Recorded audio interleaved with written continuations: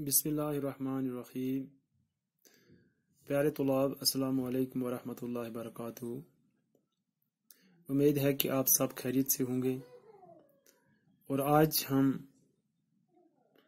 چوتھی جماعت کی اردو کی درسی کتاب کا ایک موضوع پڑھنے جا رہے ہیں، جس کا نام ہے مٹی کا تیل۔ پیارے بچوں، پچھلے ویڈیو میں ہم نے مٹی کے تیل کے بارے ہم نے کچھ آدھا سبق پڑھا ہے۔ آج ہم اس سے آگے پڑھنے کی کوشش کریں گے۔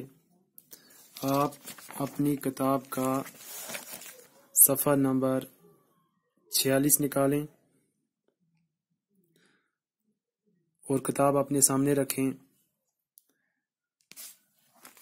پہلے میں یہ سبق بلند آواز سے پڑھوں گا اور آپ بھی میرے ساتھ پڑھنے کی کوشش کریں، اور اس کے بعد ہم یہ سبق سمجھنے کی بھی کوشش کریں گے۔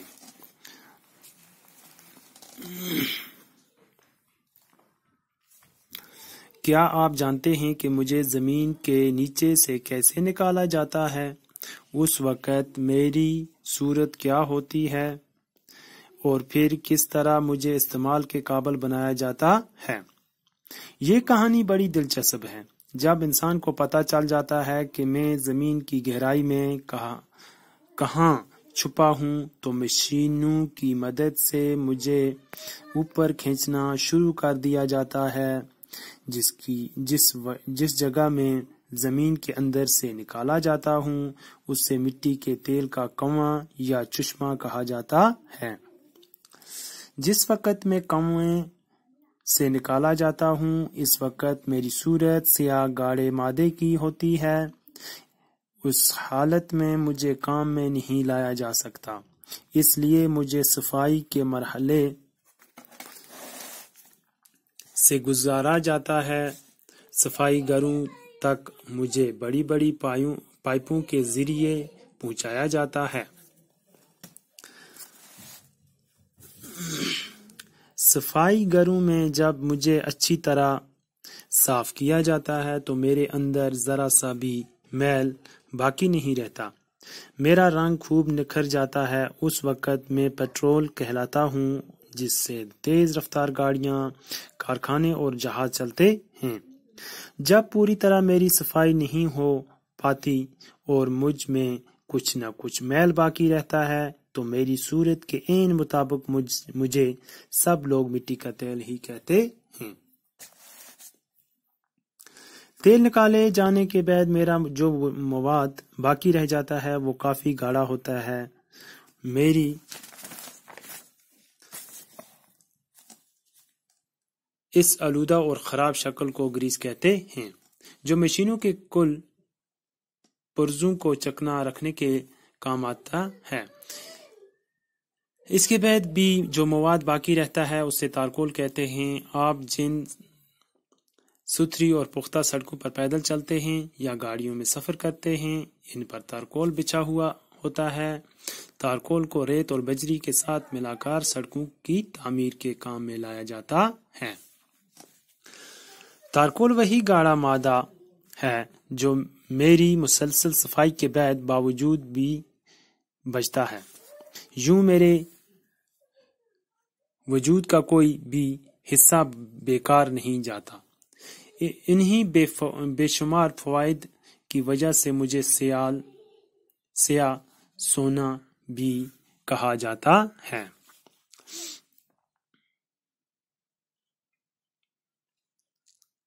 افسوس، انسان بڑی لاپرواہی سے میرا استعمال کر رہا ہے۔ وہ نہیں سمجھتا کہ میرے ذخیرے بھی محدود ہیں۔ اگر میرا استعمال اسی لاپرواہی سے ہوتا رہا تو ایک دن میں ناپائید ہو جاؤں گا، اور اس وقت انسان کو بہت ساری مشکلات کا سامنا کرنا پڑے گا۔ پیارے بچوں، ہم نے پڑھا تھا کہ مٹی کا تیل جو ہے یہ ہمارے لیے کیوں ضروری ہے، اور انسان نے کیسی اس کی کھوج کی اور کیسے تلاش کر کے اس کو زمین سے نکالا۔ اور آج ہمیں یہاں سے آگے پڑھنا ہے۔ کیا آپ جانتے ہیں کہ مجھے زمین کے نیچے سے کیسے نکالا جاتا ہے؟ اس وقت میری صورت کیا ہوتی ہے اور پھر کس طرح مجھے استعمال کے قابل بنایا جاتا ہے؟ یعنی مٹی کا تیل کہتا ہے کہ آپ کو یہ پتا ہے مجھے زمین کے اندر سے کیسے نکالا جاتا ہے اور اس وقت میری شکل کیسی ہوتی ہے، تو پھر مجھے اس استعمال کے قابل کیسے بنایا جاتا ہے۔ تو یہ ساری کہانی ہمیں اب پڑھنی ہے۔ یہ کہانی بڑی دلچسپ ہے جب انسان کو پتہ چل جاتا ہے کہ میں زمین کی گہرائی میں کہاں چھپا ہوں، تو مشینوں کی مدد سے مجھے اوپر کھینچنا شروع کر دیا جاتا ہے۔ مٹی کا تیل کہتا ہے کہ یہ کہانی جو ہے یہ بڑی ہی دلچسپ ہے۔ جب انسان کو پتہ چل گیا اور پتہ چل جاتا ہے کہ میں زمین کے اندر بہت ہی زمین کی گہرائی میں نیچے رہتا ہوں، تو مجھے مشینوں کے ذریعے سے زمین سے باہر کھینچا جاتا ہے، نکالا جاتا ہے۔ جس جگہ میں زمین کے اندر سے نکالا جاتا ہوں اس سے مٹی کے تیل کا کنواں یا چشمہ کہا جاتا ہے۔ پیارے بچوں، جیسے ہم پانی کے جہاں سے پانی نکلتا ہوگا اس کو ہم کنواں یا یہ چشمہ کہتے ہیں، اسی طرح سے مٹی کا تیل جہاں پہ سے نکالا جاتا ہے اس کو مٹی کے تیل کا کنواں یا چشمہ کہا جاتا ہے۔ جس وقت میں کنویں سے نکالا جاتا ہوں اس وقت میری صورت سیاہ گاڑے مادے کی ہوتی ہے۔ مٹی کا تیل کہتا ہے کہ جب میں اس چشمے سے نکالا جاتا ہوں تو میری شکل جو ہوتی ہے، میری جو صورت ہوتی ہے، تو وہ کیا ہوتی ہے؟ سیاہ گاڑے مادے کی، یعنی کالے رنگ کا گاڑا مادہ ہوتا ہے، گاڑے قسم کی چیز ہوتی ہے۔ اس حالت میں مجھے کام میں نہیں لایا جا سکتا، تو اس شکل میں کام نہیں آ سکتا ہوں، اس لیے مجھے صفائی کے مرحلے سے گزارا جاتا ہے، یعنی مجھے بھی اس کے بعد صفائی میری کی جاتی ہے، یعنی نتھارا جاتا ہے، اور اس کے بعد میں کارآمد بن جاتا ہوں۔ صفائی گھروں تک مجھے بڑی بڑی پائپوں کے ذریعے پہنچایا جاتا ہے۔ اب جہاں پہ یہ تیل جو ہے اس کی صفائی کی جاتی ہے، کارخانوں میں کی جاتی ہے اس کی صفائی، تو وہاں تک پہنچنے کے لیے مجھے بہت سے پائپوں سے گزرنا پڑتا ہے۔ تو کیا کیا چیزیں اس کی مدد سے چلتی ہیں، یہاں پہ اس کے کچھ شکلیں دی ہوئی ہیں، لالٹین، لیمپ، سٹو وغیرہ یہاں پر دی ہوئی ہیں۔ صفائی گھروں میں جب مجھے اچھی طرح صاف کیا جاتا ہے تو میرے اندر ذرا سا بھی میل باقی نہیں رہتا۔ تو صفائی گھروں کے اندر مشینوں کے ذریعے سے تیل کو نتھارا جاتا ہے، صفائی کے مرحلے سے گزارا جاتا ہے، تو اس میں جو میل کچیل ہوتی ہے وہ الگ ہو جاتی ہے، میرا رنگ خوب نکھر جاتا ہے، تو اس کا جو اصلی رنگ ہے وہ سامنے آ جاتا ہے۔ اس وقت میں پٹرول کہلاتا ہوں، جس سے تیز رفتار گاڑیاں، کارخانے اور جہاز چلتے ہیں۔ تو جب اس کی صاف کیا جاتا ہے تو اس کو پٹرول کہتے ہیں، تو اس کی مدد سے کیا چلتی ہیں؟ تیز رفتار گاڑیاں، کارخانے وغیرہ چلتے ہیں۔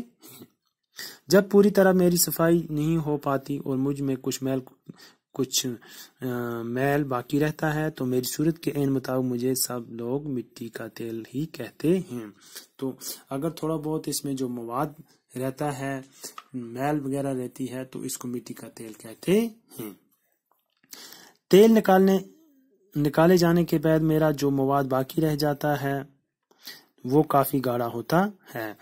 تیل جب صاف کر دیا جاتا ہے تو باقی جو وہاں میل کچیل بچ جاتی ہے تو وہ کافی ہی، وہ جو مواد ہوتا ہے وہ گاڑھا ہوتا ہے، گھنا ہوتا ہے، تو میری اس آلودہ اور خراب شکل کو گریس کہتے ہیں۔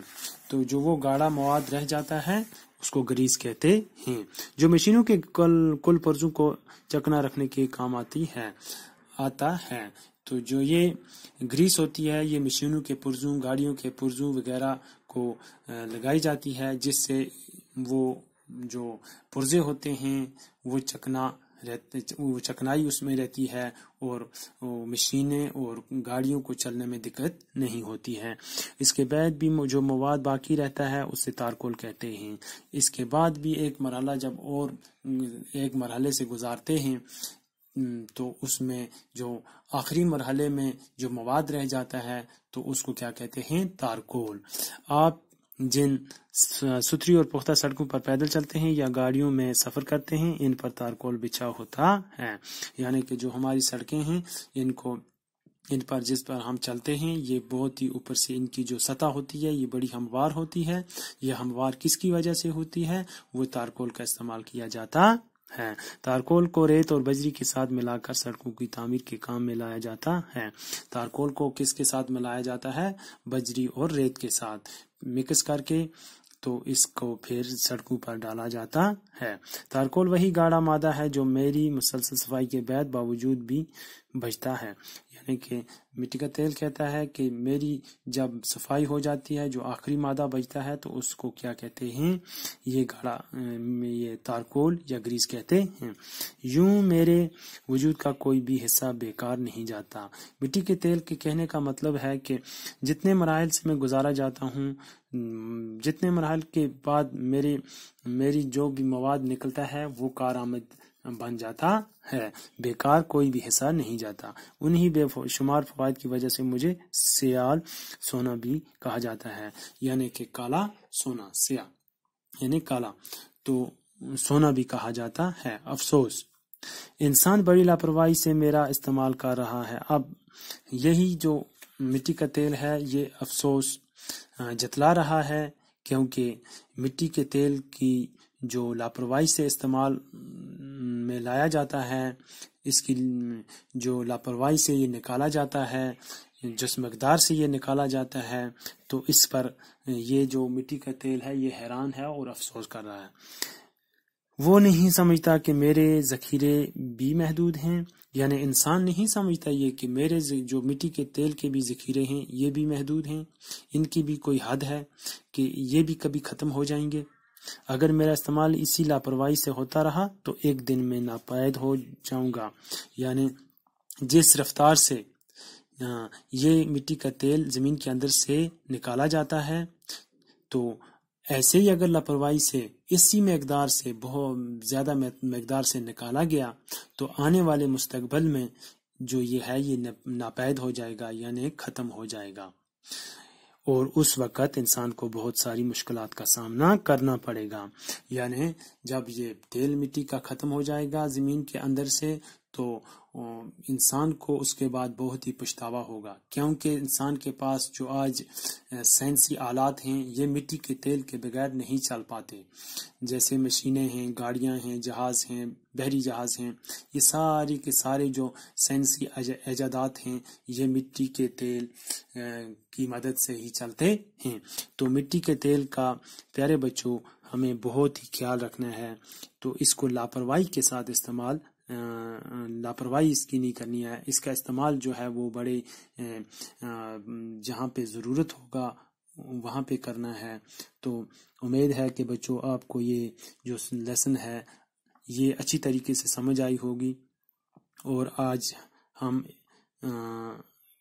یہیں تک پڑھیں گے، انشاءاللہ کل ہم اس کے سوالات بھی کریں گے۔ تو اپنا خیال رکھیے، اللہ حافظ۔